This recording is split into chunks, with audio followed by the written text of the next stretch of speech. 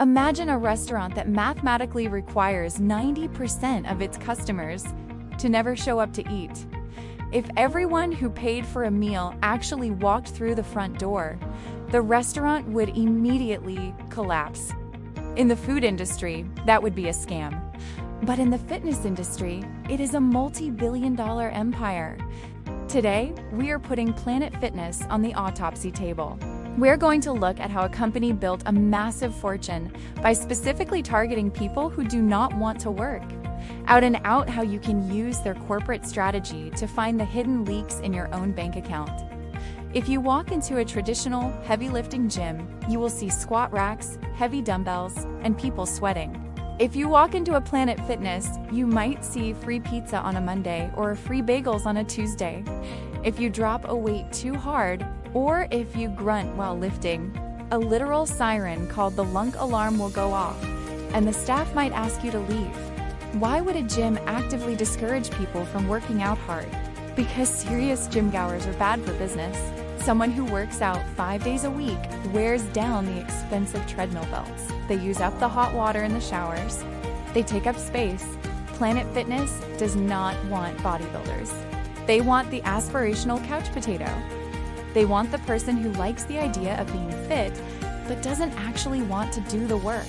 Here's the brutal math behind the business model.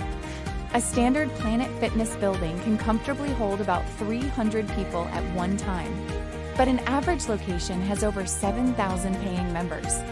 Let that sink in. They sell 7,000 tickets to a room that only holds 300 people. If even 10% of their total customer base decided to show up on the exact same Tuesday evening, the fire marshal would literally shut the building down. The entire business model is completely dependent on the vast majority of their customers staying home. They are selling phantom memberships, and they keep you paying for them by using a brilliant two-part psychological trap, the price point and the friction wall. First, the price point. Planet Fitness charges $10 a month. This is not an accident. $10 is the exact threshold of human apathy.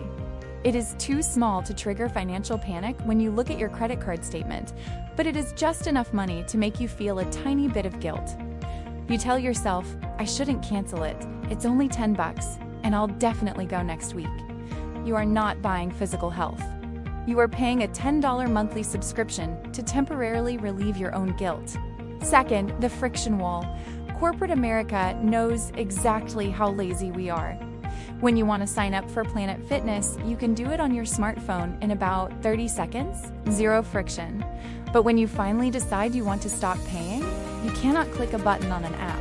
You either have to physically drive to the gym, look a teenager in the eye, and formally quit, or you have to write a physical letter and send it through certified mail. They intentionally weaponize your own procrastination against you. They know that the inconvenience of going to the post office is just high enough that you will let that $10 charge hit your account for another 6 months. This brings us to the most important part of the autopsy, the macro lesson for your personal wealth. Planet Fitness did not invent the phantom membership. They just perfected it. This is the exact same strategy driving the entire modern economy. It is called the subscription trap. Corporate America realized that selling you a $100 product requires them to prove its value every single time you buy it. But getting you to agree to a $10 monthly fee forever only requires you to say yes once and then forget about it. If you want to build a real financial surplus, you have to look at your life like a chief financial officer. You have to audit your own phantom leaks. Look at your bank statement this month. You have personal Planet Fitnesses hiding everywhere. You have 3 streaming services, but you only watch one. You have software subscriptions that auto-renewed because you forgot the deadline. You have premium app fees for things you haven't opened since last year. You are bleeding capital through 1,000 tiny $10 cuts. Frugality is not about depriving yourself of things you love. Frugal living is about ruthless capital efficiency. If $1 leaves your account, it must return a measurable dividend, whether that is wealth, physical health, or profound joy. If a subscription is not actively giving you a return on your investment right now, in this current 30-day window, you must kill it. Do not subsidize a billionaire's profit margin with your own laziness. Stop paying the procrastination tax. Cancel the phantoms in your budget today.